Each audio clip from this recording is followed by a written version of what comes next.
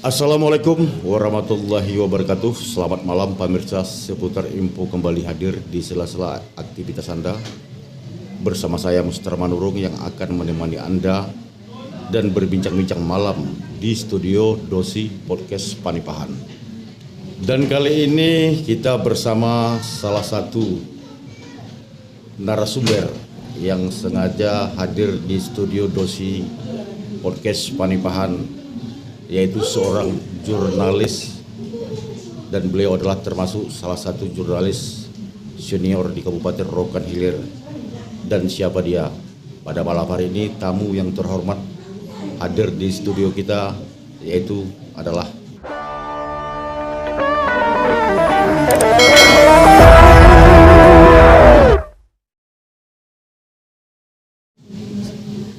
Haji Ian Faisal yang sengaja datang dari Kabupaten Rokan Hilir.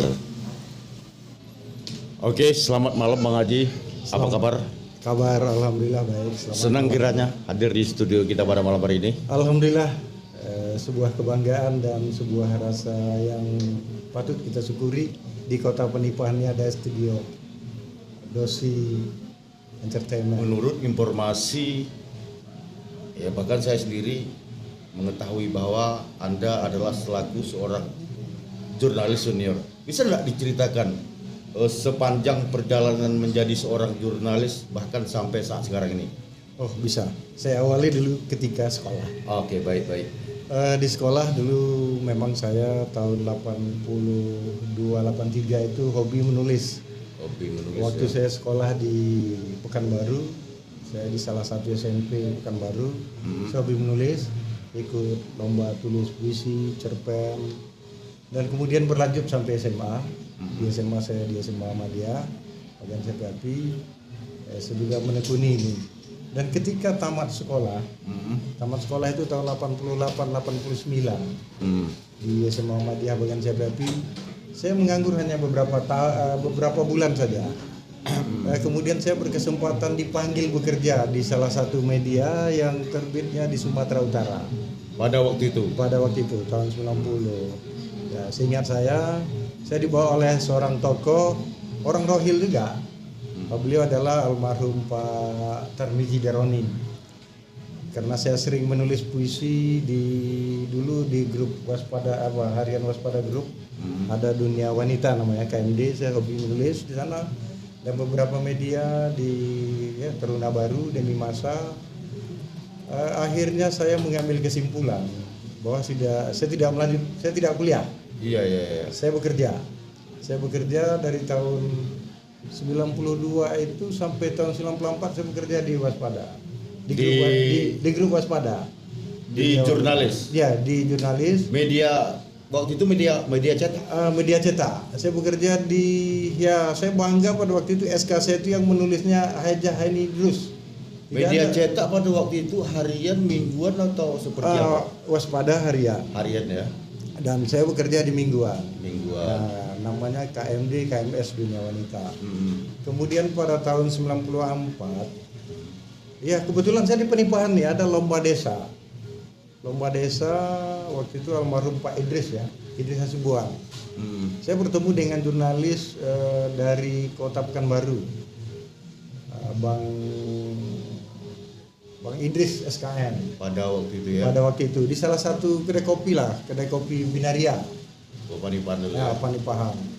Beliau menawarkan kepada saya untuk apa bekerja di Sumatera Utara. Ayo kita kembali ke Riau. Beliau langsung menawarkan saya datang ke Pekanbaru. Bekerja di Sumatera Utara pada waktu itu perusahaan media Sumatera Utara. Iya. Tapi tugasnya waktu itu di Rokan Hilir. Belum ada Rokan Hilir. Saya di Dumai dengan di Bengkalis. Dumai. Masih Kabupaten Bengkalis ya. Bengkalis di Dumai. Tahun 94 saya langsung ke Pekanbaru jumpa beliau. Saya langsung diterima bekerja. Dan dari tahun 1994 sampai 2012 itu saya bekerja di Rio Post Group. Nah di Rio Post Group ini saya pernah pindah di Pekanbaru MX, Pekanbaru Pos, Dumai Pos. Bahkan saya di Riau Televisi itu 10 tahun. Di Riau Televisi ya? Riau Televisi. walaupun jelek ya, tak ganteng seperti bintang. Tapi pernah jadi reporter televisi di Riau Televisi ya. Riau Televisi.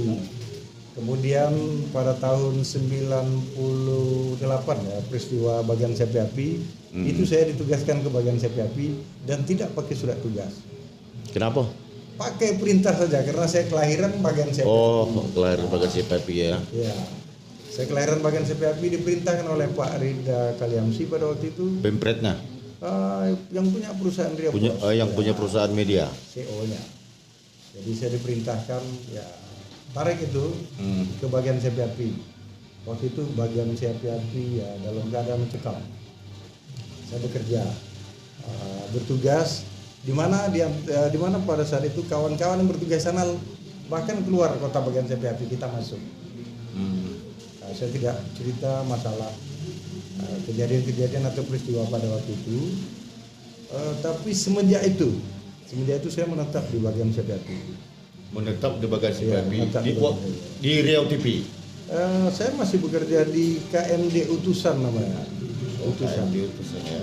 Ya, saya bekerja di bagian sapi api. Kemudian ya pindah-pindah, ada beberapa tempat. Saya pernah juga di Bengkalis. Waktu itu belum Kabupaten Rokan Hilir ya? Jauh. Masih jauh ya? Rokan Hilir itu tahun 1999 ya.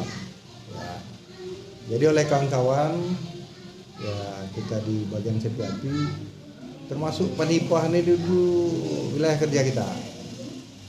Setelah itu tahun 2000 ada lagi satu peristiwa, karena saya spesialis nih, bukan dokter spesialis, tapi spesialis wartawan meliput kriminal. Mungkin tampang kriminal.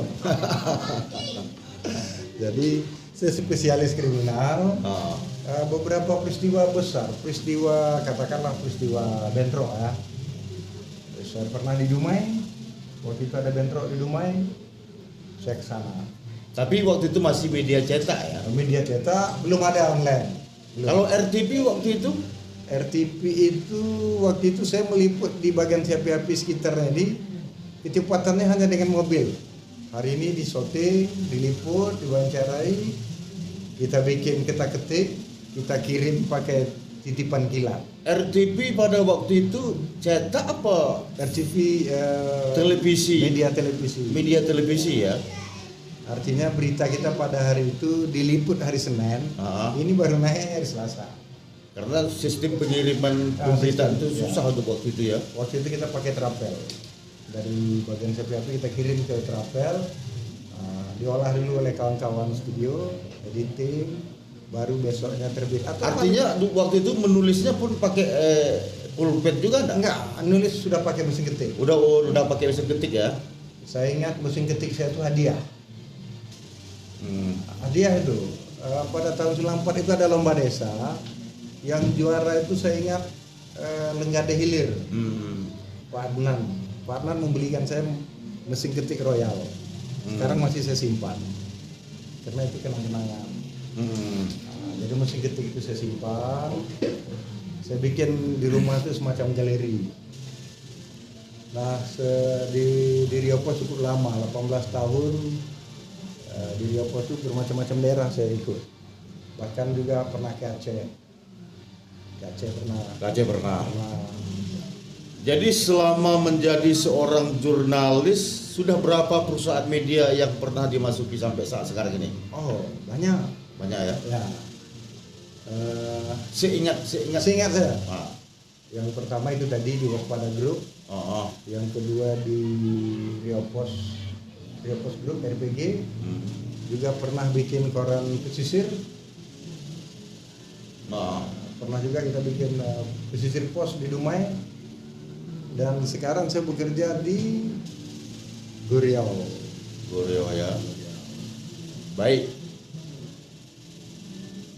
Dari awal sampai sekarang sudah berapa tahun menjadi seorang jurnalis, dan apa pahit manisnya seorang jurnalis? Bisa nggak diceritakan sedikit? Dari awal itu sampai sekarang ya, sebetulnya saya mulai bekerja itu kan tahun 90. Tapi dihitung magang. Dihitung magang itu 2 tahun, karena saya tidak sarjana. Pada waktu itu saya tamat SMA. Dihitung magang itu 2 tahun, karena kita bersaing dengan sarjana. Di pos itu rata-rata sarjana. Saya magang 2 tahun. Pada tahun 2017 saya menerima penghargaan pengabdian 25 tahun. Artinya kalau 25 tahun 2017 sampai sekarang itu sudah 29 tahun. Tapi sebetulnya saya kerja kalau di buku putih PWI Riau saya sudah masuk 31 tahun. 31 tahun menjadi jurnalis. Seorang jurnalis. Pengalaman duka ada. Suka dukanya kira-kira apa? Kalau suka kita tertantang ketika kita diantarkan meliput ke daerah-daerah konflik, daerah-daerah yang pada waktu itu ya kita yang rawan apa ya? Daerah pertikaian, seperti misalkan di Selat Panjang, di Dumai, bahkan di bagian Siapi-api. Tapi jurnalis itu dilindungi. Ya, memang kita dilindungi. Cuma kita mengemas diri supaya orang tidak tahu bahwa kita adalah seorang jurnalis. Seperti ketika saya di Aceh. Jadi tidak ditunjukkan bahwa saya adalah dari jurnalis ini. Jadi izinkan saya meliput pada kegiatan ini, tidak diperlihatkan seperti itu. Pada waktu itu khususnya untuk daerah-daerah konflik, kalau bisa kita mengemas diri, menyimpan identitas kita. Cukup saja. Jadi saat peliputan di lapangan? Ya, kita berbaur karena kawan-kawan biasanya dari TNI, dari Polri, pokoknya pihak keamanan dia sudah tahu semuanya. Ya oke lah, kalau dari TNI Polri saya rasa nggak ada masalah lah. Ya. Dari yang ya maklum lah, apalagi tempat-tempat yang rawan apa namanya sistem apalagi zaman-zaman dulu ya kan, sistem brutal itu kan masih ada. Memang gini, memang ya kalau dahulu sama sekarang itu sebetulnya tidak jauh berbeda. Tapi euforia kita pada saat ini, pandangan orang terhadap jurnalis ini ada kalanya bagus, ada kurang bagus. Ya tapi kita yang penting menempatkan diri pada tempatnya ya. Pada tempatnya. Seperti kalau memang kita jurnalis pada waktu azan kita suruh azan, kita tampil azan. Iya. Nah, kita tampil azan. Disuruh jadi imam, kita jadi imam. Tetapi kalau di daerah-daerah yang memungkinkan membahayakan kita lebih bagus menghilangkan identitas kita. Tapi kawan-kawan tahu biasanya ada kode. Di sini saya tidak sebutkan kode, yang kawan-kawan penegak hukum tahu bahwa kita bagian dari jurnalis. Karena sebelum kita berangkat ke daerah itu identitas kita sudah ada sama mereka. Itu pahitnya tadi enggak? Pahitnya ya? Pahit itu ya. Pahitnya seperti ya. Saya pernah masuk ke ya, pahitnya tadi yang Anda bilang tadi ditugaskan. Ya. Ditugaskan ke daerah-daerah yang termasuk Kalau manisnya apa kira-kira? Terus terang ya. Kalau manisnya ya, pahitnya ada, jelas manisnya ada. Manis banyak. Dahulu jurnalis sikit, wartawannya sikit. Belum berkembang sekarang ya. Saya masih ingat ketika saya meliput mulai Bapak Siripto ya, Saleh Yasid, Pak Siripto, Pak Rusli Denal, bupatinya Fatlah Sulaiman, Azali Johan dan lain-lain itu, wah kita merasa nikmat. Kenapa? Baik gubernur atau bupati itu ketika dia mau berangkat pada waktu itu dia tanya dulu, ini wartawannya siapa yang meliput, siapa yang dikirim untuk ikut saya. Saya terus terang saya bilang, saya pernah ditawarkan naik helikopter dengan salah satu gubernur, tetapi saya sudah janji sama kawan saya harus pakai mobil. Saya kejar. Artinya kalau gubernurnya besok berangkat jam 8 pagi, saya sudah berangkat malam dari Pekanbaru. Untuk mengejar itu ada kegiatan namanya musyawarah MUBES Masyarakat Rokan Hilir tahun 99. Karena yang kita khawatirkan, kita jurnalis ini minimal limit kita 5 menit tinggal, kita nunggu dulu. Kita nunggu, setiap acara kita nunggu dulu. Nah itu enaknya jadi jurnalis itu kita bisa kemana-mana. Bebas ya? Bebas. Alhamdulillah dengan jurnalis saya pernah sambil beribadah, sambil melakukan pekerjaan jurnalis itu tahun 2008. Baik, mengenai seorang jurnalis, hampir 30 tahun tadi ya. Ya, Seingat Anda di mana-mana saja daerah-daerah yang Anda kunjungi tanpa ada perintah. Artinya kemauan Anda sendiri memasuki daerah ini, ada kegiatan yang perlu harus diliput tanpa diperintah pimpinan atau disuruh petinggi-petinggi lah. Artinya kemauan sendiri, kemauan Anda sendiri. Ada. Waktu itu kan saya muda. Masih muda ya? Masih muda, masih ganteng. Tahun 94 itu baru usia 25 tahun. 94 ya? Masih ganteng, masih gagah. Saya tuh hobi curi lari dalam tanda kutip. Maksudnya? Curi lari itu kalau ada suatu daerah itu saya lihat pernah saya meliput tragedi kapal tenggelam, kapal laut Blanggar di Dumai itu saya lari dari bagian CPAP. Tempat saya ditugaskan di bagian CPAP. Lari ke bagian CPAP? Enggak, saya dari bagian CPAP ke Dumai hanya untuk mengejar, diperintahkan. Coba lihat itu. Saya dapat informasi di laut ada kapal yang melanggar di laut. Artinya begitu ada kedengaran ada musibah-musibah daerah-daerah langsung kejar. Oh enak, kita berangkat. Waktu itu kan kasih SPPD. SPPD. Kita dikasih. Dan saya paling ingat yang paling mencekam itu adalah ketika masalah Ampen Rotan. Ampen Rotan di Simpang Kanan. Itu mencekam. Itu gawat. Saya ingat itu. Gawat. Gawatnya di mana? Ya di sana konflik, kita tidak tahu siapa lawan dan siapa kawan. Sama seperti di Aceh. Artinya masih ngeri-ngeri Ya, sedap. dulu ngeri-ngeri sedap. Daerah Rokan Hilir nih bagian CPAP tipikalnya begini, konfliknya sering terjadi.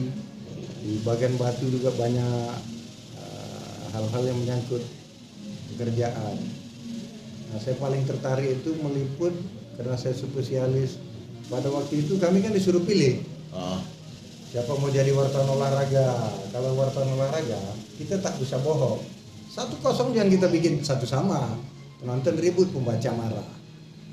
Tapi kalau kriminal, kita bisa bumbui. Misalkan kasus pembunuhan. Kita bawa pembaca itu seakan-akan dia turut menyaksikan terjadinya peristiwa pembunuhan. Tapi kalau berita olahraga tadi 1-0 dibilang ditulis satu sama itu tidak bisa ya? Tak bisa. Jadi wartawan yang paling jujur itu sebetulnya wartawan olahraga. Olahraga ya. Kalau seperti kita ya terus terang kita bisa membumbu.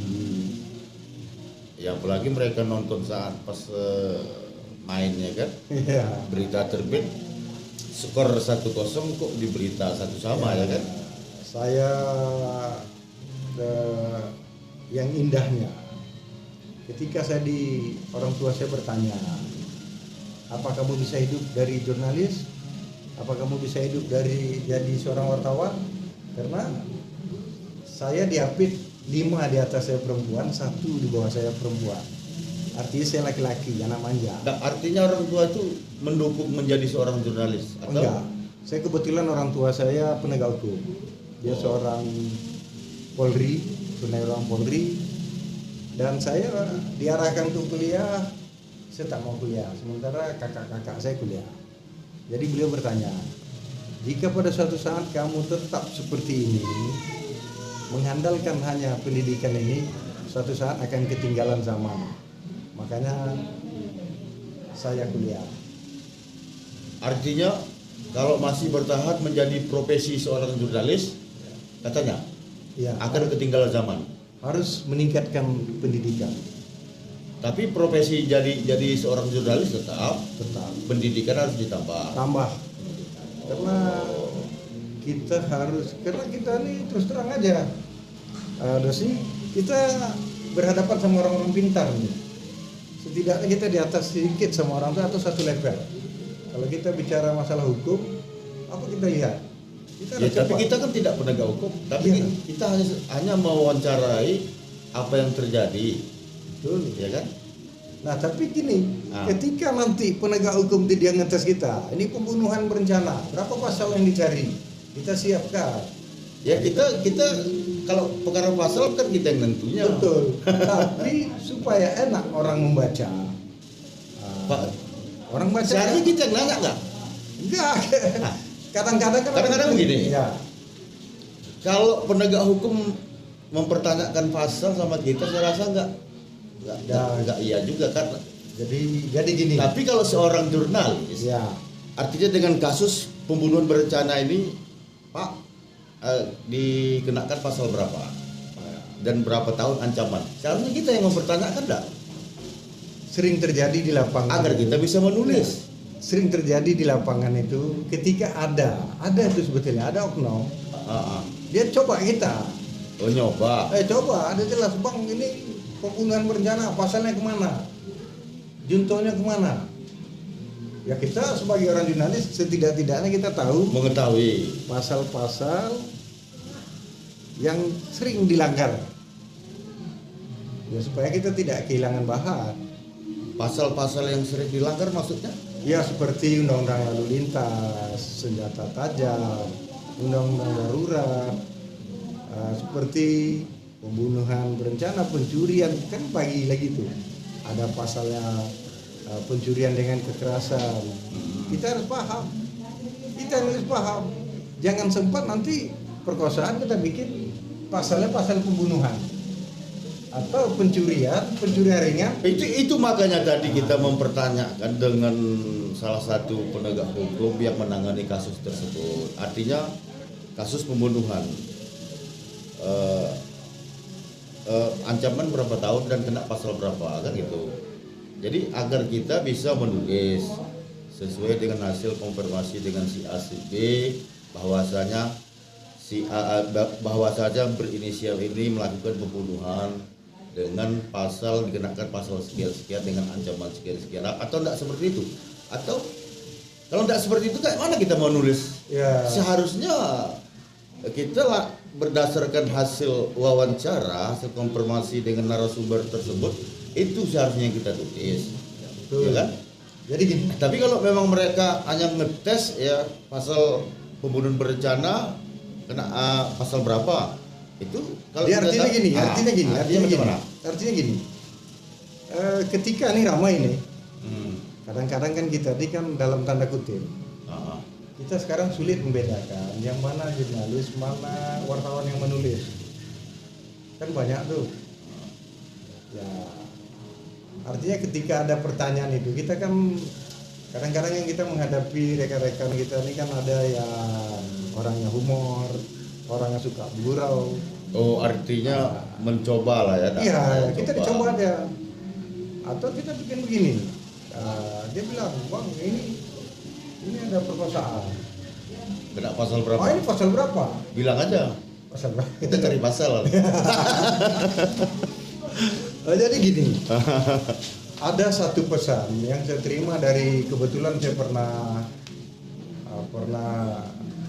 dengan Pak Tarman Azam, dengan seorang jurnalis yang cukup beken lah, dengan Pak Rosian Anwar. Kita yang paling penting ini jurnalis ini belajar terus belajar. Itu yang paling penting. Karena kalau kita tidak belajar, kita akan ditinggalkan oleh pembaca dan kita ketinggalan. Tapi sekarang jelas mempunyai anak didik udah banyak ya. Artinya didikan Pak Haji lah sebagai seorang jurnalis. Ada enggak? Ada berapa? Banyak juga ya. Ada berapa orang.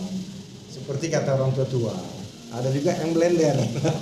Bukan blunder, blender. Blendernya maksudnya? Lebih laju dari giling cabai.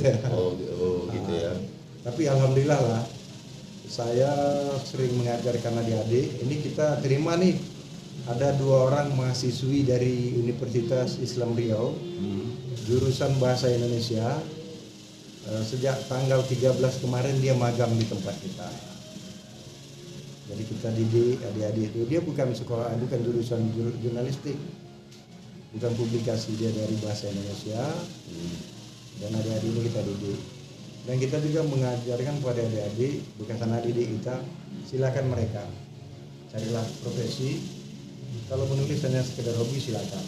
Banyak anak didik kita ada yang jadi camat, ada yang udah jadi kasih, ya macam-macam. Dan ada juga yang tekun di jurnalis. Yang nikmatnya tadi Adinda Dosi, wartawan ini bisa kemana-mana dan ada di mana-mana, dan dia bisa serupa siapa saja. Bisa kemana-mana, ada di mana-mana, dan bisa serupa apa saja. Artinya gini, ketika kita berhadapan sama guru, kita bisa jadi guru. kita bisa jadi guru. Kita bisa jadi guru.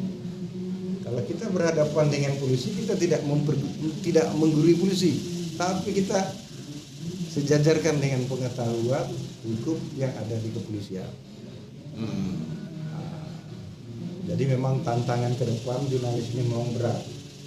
Kalau dahulu kita pakai musik ketik, saya masih ingat dulu ngirim surat tuh pakai kilat khusus, pakai tercatat.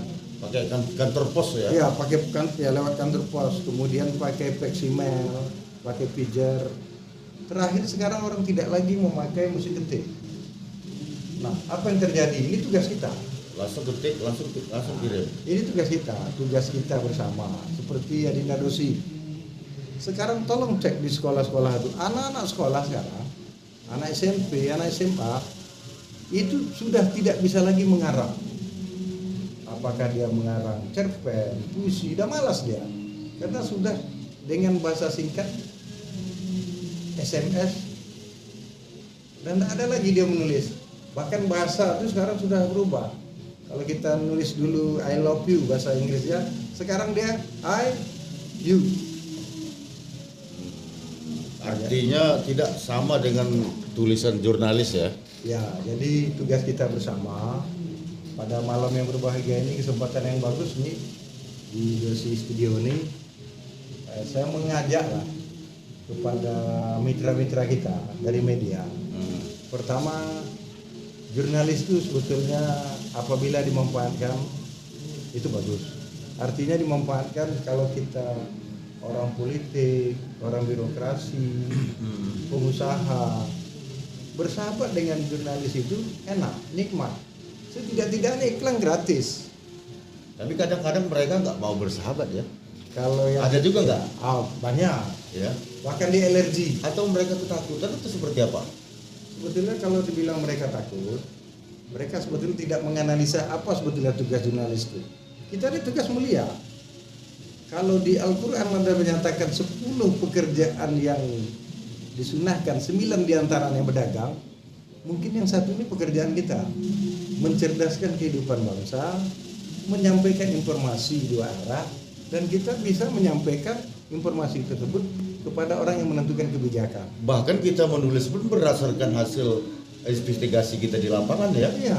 Artinya apa mereka bilang itu kita tulis enggak? Iya. Tapi kadang-kadang mereka bilang kita tulis kok mereka kadang-kadang marah juga. Nah, ya? ini saya ingatkan kepada rekan-rekan jurnalis, jangan lupa bawa alat perekam. Rekam itu. Karena sekarang banyak sumber berita kita ini pada suatu saat dia menendang, dia lepas tanggung jawab. Karena dia tahu kita tidak mempergunakan alat rekaman. Nah, kita bawa alat rekaman, kita rekam, makanya tetap bawalah yang model lama. Karena pikiran kita kan, otak kita kan tak sama. Rekamannya udah beda, pakai kata. Tapi pengalaman saya 30 tahun inilah atau 29 ini, kita belum ada berbenturan dengan aksi-aksi brutal. Belum ya? Iya, makanya saya bagi kawan-kawan yang media, silakan lengkapkan. Artinya ibarat kita ke ladang, kita siapkanlah jaminan kesehatan kita dari perusahaan bekerja, asuransi kita, supaya kita kalau ada masalah sakit kita ada yang biayai. Artinya kita siapkan sesuai dengan profesi ya. Ya, sesuai dengan profesi. Kalau kita petani siapkan cangkul, barang babat. Kalau kita ke laut ya siapkan peralatan untuk di laut ya kan. Dan saya mengimbau kepada mitra-mitra kita baik eksekutif, legislatif maupun yudikatif, ayo kita bersama-sama. Karena ingat, jurnalis ini pilar pembangunan nih. Bahkan ada yang menyebutkan jurnalis itu pilar keempat. Kalau tidak ada jurnalis, informasi tidak akan sampai kemana-mana pun. Nah, ini mulailah zaman dulu ABS. Tapi sekarang itu media sosial di Facebook itu kadang-kadang beda. Bedanya di mana tuh ya? Kalau media sosial di Facebook itu tidak pekerjaan jurnalis. Makanya Artinya belum bisa kita katakan itu akurat. itu tidak pekerjaan jurnalis. Jurnalis ini adalah mengambil berita, mencari berita, mengolah berita, membuat berita dan mensebarluaskan berita. Memperoleh, menyimpan, ya kan? Itu kita. Tapi kalau pakai laman Facebook, WA, itu medsos. Kadang-kadang mereka kan gini, ada kejadian umpamanya di sana, begitu kejadian langsung foto, langsung posting, tentu. Nah, kalau seandainya yang diposting dia itu tidak melanggar aturan, misalkan pornografi, sadisme, ini kalau sempat pihak keluarganya keberatan, ada mungkin di situ ada fotonya yang sadisme, dia nuntut. Artinya tanpa izin dari keluarga bisa tuh ya? Iya, dia nuntut. Kami keberatan. Ditayangkannya foto almarhum begini, dia menunjukkan ini. Ini kena ya? Kena. Nah, beda dengan kita. Kalau kita ada yang somasi, ada kita kasih dia hak jawab. Hak tolak. Hak jawab. Kita kasih dia. Pada porsi yang sama, halaman yang sama, luasnya pun kalau perlu sama, itu hak jawab.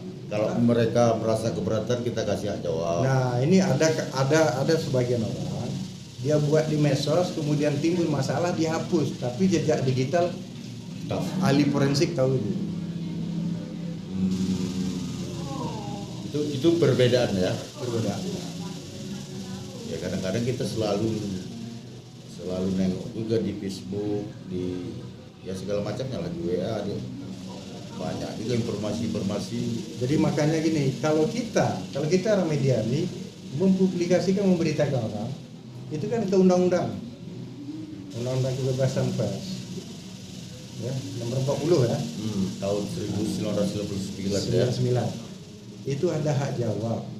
Kalau orang keberatan hak jawab, tetapi di media sosial hak tolak, hak koreksi ya. Kalau di media sosial itu tidak ada itu. Kalau misalkan ada bahkan mereka pun tidak dilindungi undang-undang ya. Enggak. Itu medsos. Makanya itu ancamannya lari nanti ke undang-undang IT ya. Undang-undang IT dia. Kalau kita enggak. Sebetulnya kalau seandainya ada rekan-rekan kita wartawan dilaporkan orang ke pihak berwajib, itu terlebih dahulu harus melalui jalan hak jawab. Nah, menurut dia kasih hak jawab, menurut pemberitaan tanggal sekian bulan sekian, maka ini memberikan hak jawab seperti ini, berimbang dia. Tapi kalau di Facebook tadi, di WA tadi tak ada hak jawab itu. Artinya pertanggungjawaban tak ada lah ya. Ada. Tanggungnya sendiri. Kalau kita kan ada pimpinan redaksi, ada redaktur, ada penasihat hukum. Nah, makanya kita pekerjaan jurnalis ini dilindungi oleh undang-undang. Bahkan menghalangi kinerja jurnalis itu sanksinya pidana ya. Pidana, tak boleh. Menghalang-halangi tak boleh. Ancaman 2 tahun juga penjara ya, dan dalam 100 juta ya. Nah, ini sebetulnya kalau secara aturan seperti itu enggak ya? Iya, sebetulnya gini. Kita ini sebetulnya ada juga larangan kita untuk mengabadikan foto-foto atau kita mengambil mungkin fasilitas keamanan negara. Ya, kita kan perlu minta izin. Sejauhnya kita izin. Tapi kalau mereka sudah tahu sama kita selaku seorang jurnalis, ya. Kalau kita tidak minta izin dulu meliput, bisa enggak kira-kira? Ada enggak pelanggaran kode etik jurnalis pada waktu itu? Kalau kita tak diundang. Artinya mereka itu sudah mengetahui. Ya. Artinya mereka sudah mengetahui, sudah mengenal kita, sudah membaca berita kita, sudah tidak asing lagi. Jadi di suatu saat kita melakukan peliputan, Ya. mereka merasa keberatan dengan alasan Anda meliput tanpa seizin saya. Kira-kira menurut Anda seperti apa? Itu yang berlaku hanya di pengadilan. Di pengadilan itu apabila hakim menyebutkan sidang tertutup, kita tak bisa meliput. Selagi sidang terbuka untuk umum, kita bisa meliput. Sidang terbuka untuk umum. Nah, ini bukan perkara sidang. Oh ya, misalkan Ada pernah saya temui itu. Padahal mereka itu saya tidak perlu saya bilanglah siapa orangnya ya kan. Padahal beliau adalah seorang pemimpin juga lah ya kan. Dan pada waktu itu saya meliput. Cuman beritanya agak memanas sedikit lah. Dan saya tidak menunjukkan identitas saya, memang salah saya waktu itu. Tapi saya pakai dinas, ya kan, pakai dinas. Ya rasa-rasanya mereka kan sudah tahu siapa kita. Bahkan mereka pun tidak di acara tersebut bisa-bisa saja diliput. Kalau menurut saya ada masalah. nah, kita pun bisa mempidanakan dia. Iya ya. Kita bisa mempidanakan dia. Misalkan dia menolak, tidak bisa liput. Kita bisa mempidanakan dia. Kita apalagi mengeluarkan bahasa-bahasa kotor, bahasa-bahasa nada ancaman, bahasa-bahasa tanah, itu bisa tarik dia. Kita ini lebih enak berlawan sama orang besar daripada orang kecil. Iya. Kalau kita kalah sama orang besar, Tidak masalah, orangnya kan? besar. Tapi kalau kita kalah sama orang kecil, kita lebih kecil. Tapi alhamdulillah lah, saya melihat jurnalis sekarang ada kemajuan lah bidang teknologi. Kemudian juga jurnalis rekan-rekan kita sekarang pada era globalisasi ini boleh katakan ya kita itu bisa menyampaikan pesan-pesan dari bawah. Kalau tidak ada kita, itu pejabat itu tidak tahu pasti apa yang terjadi.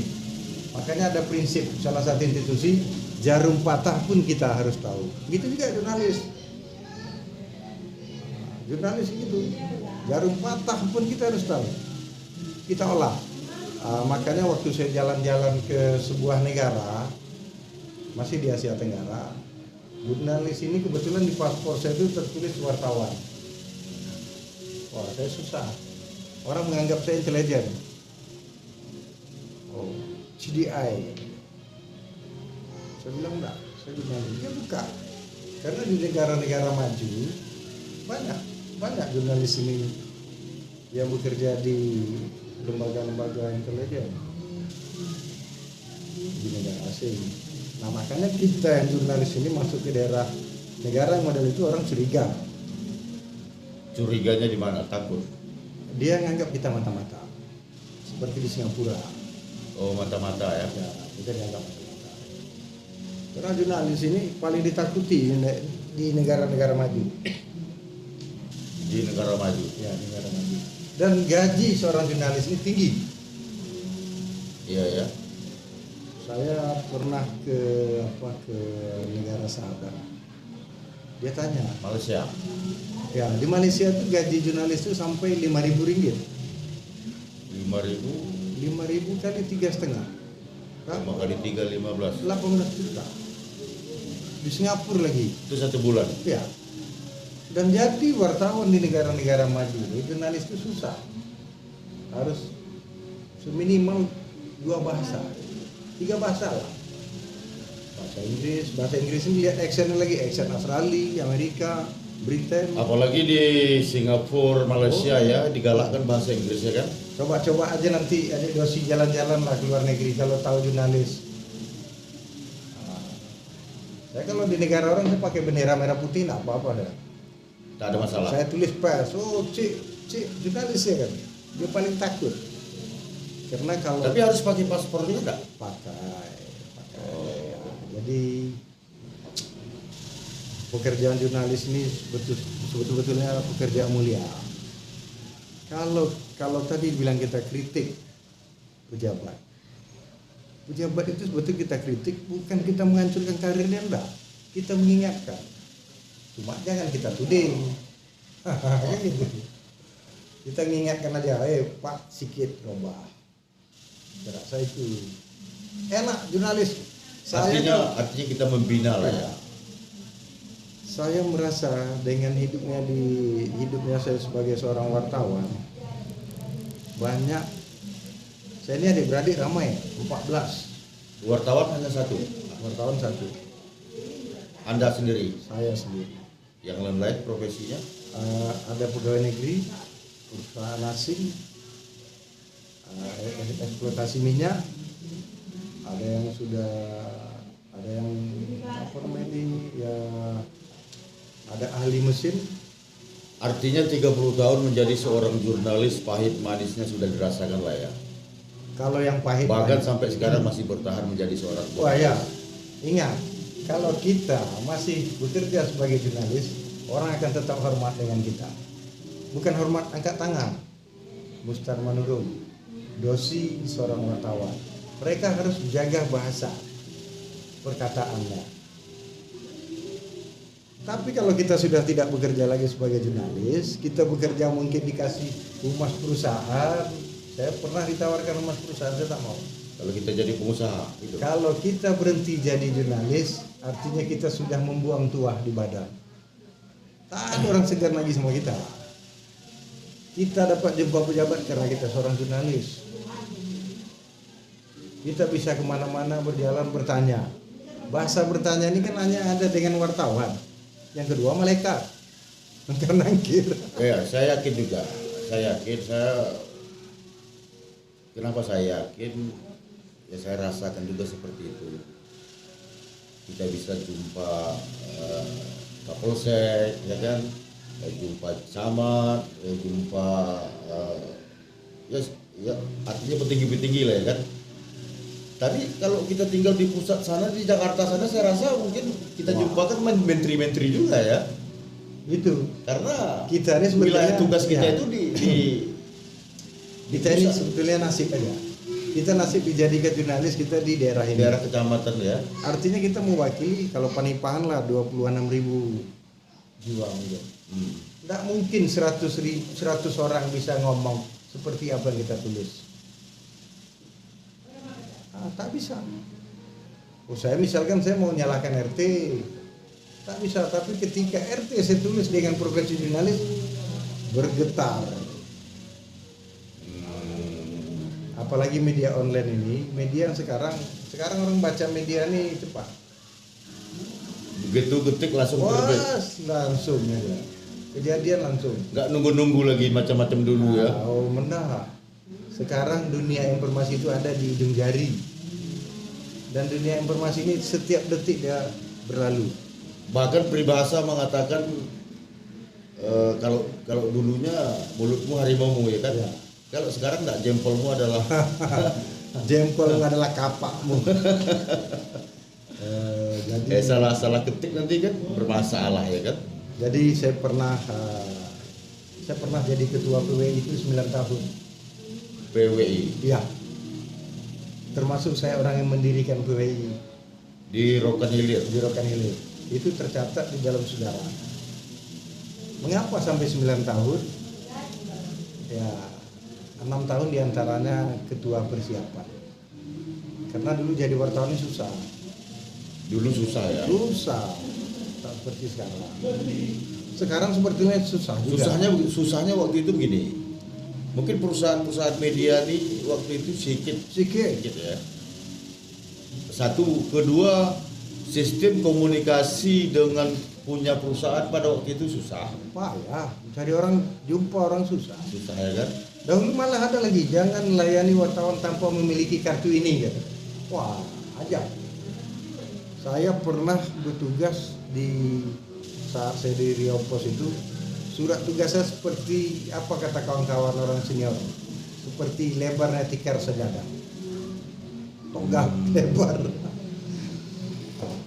Itu pun tak lama tuh 3 bulan tukar. Nah sekarang alhamdulillah.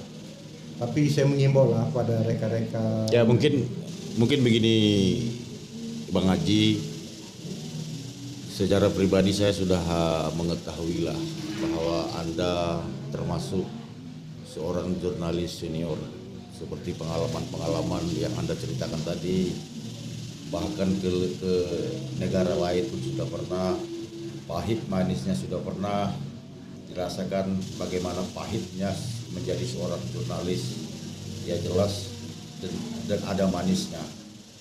Mungkin ada yang bisa disampaikan para rekan-rekan kita sebagai seorang jurnalis, baik mereka tinggal di kecamatan atau di kabupaten atau bahkan di provinsi.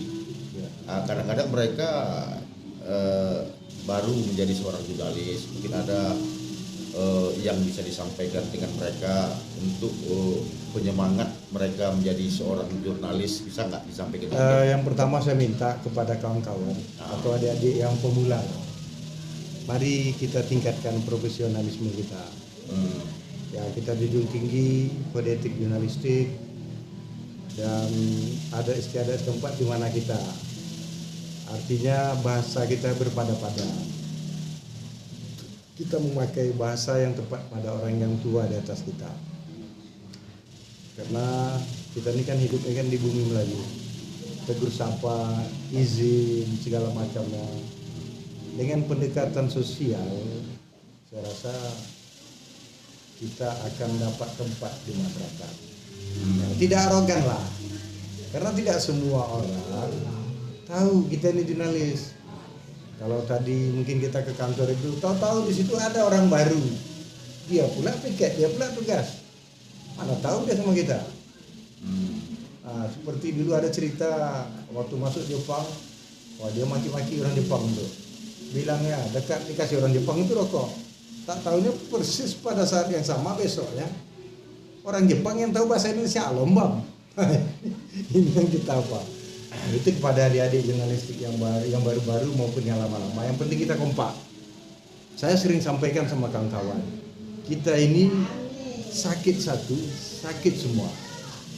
Artinya kalau kawan kita bermasalah, kita ikut merasakan, kita simpati, galang persatuan dan kesatuan. Apalagi kita satu profesi. Sekalipun beda perusahaan, ya kan? Saya dulu banyak ya kan? Banyak orang menganggap saya akan meninggalkan organisasi yang saya besarkan. Orang banyak menganggap saya tidak akan lagi di dunia jurnalistik, tapi saya punya satu saja, satu tekad. Ini pekerjaan kita sampai akhir hayat. Ibadah ini. Contoh dengan ada studio Dosi ini, dari Panipan orang tahu apa perkembangan Panipan. Orang cuma buka, oh ini dia. Jadi sebuah kemajuan. Ya mohon doa juga lah. Saya juga salut sama Dinda Dosi bisa berbuat untuk daerahnya. Secara tidak langsung kita ini membantu pemerintah. Sebenarnya begini Bang Haji, kenapa saya buat studio ini? Pertama, kita secara kebetulan mungkin Bang Haji pernah juga nonton berita kita, bahkan masyarakat datang ke rumah kita mengadu tentang hal segala macamnya kan gitu. Jadi makanya kita buat ini, pertama kita ya berbincang-bincang seperti pada malam hari ini. Kemudian kita ya rekaman lagu-lagu. Macam kemarin kan ada juga peserta dari Kecamatan Pasir Limong Kapas mewakili, ada berapa peserta kemarin, 16 peserta. Iya, itu juara. Ya, yang lolos berdasarkan seleksi juri pada waktu itu, yang lolos berangkat ke Kabupaten 3 juara. Tapi alhamdulillah salah satu perwakilan Kecamatan Pasir Limong Kapas juara 1, alhamdulillah. Jadi Dinda Rosi, sekarang tempat masyarakat mengadu itu tidak hanya ke penegakan hukum, tidak ke polisi, dia tetap mengadu ke jurnalis, karena jurnalis lah, wartawan lah yang bisa masuk ke pintu kepolisian, ke lembaga bantuan hukum, ke yang lain-lainnya tuh. Jadi kita plus tuh, kita salutlah dengan masyarakat yang menyampaikan keluh kesahnya, harapan dia dengan kita. Jadi kita penyambung lidah. Baik. Baik, terima kasih Pak Haji sudah berbincang bersama kami pada malam hari ini bersama saya. Ya mudah-mudahan perbincangan kita pada malam hari ini membuahkan hasil apa yang Pak Haji sampaikan tadi, ya, untuk para generasi-generasi penerus, bahkan para jurnalis-jurnalis yang bertugas di daerah-daerah. Dan Bang Haji sudah mencapai 30 tahun menjadi seorang jurnalis, bahkan sampai sekarang menjadi seorang jurnalis. Terima kasih juga sudah hadir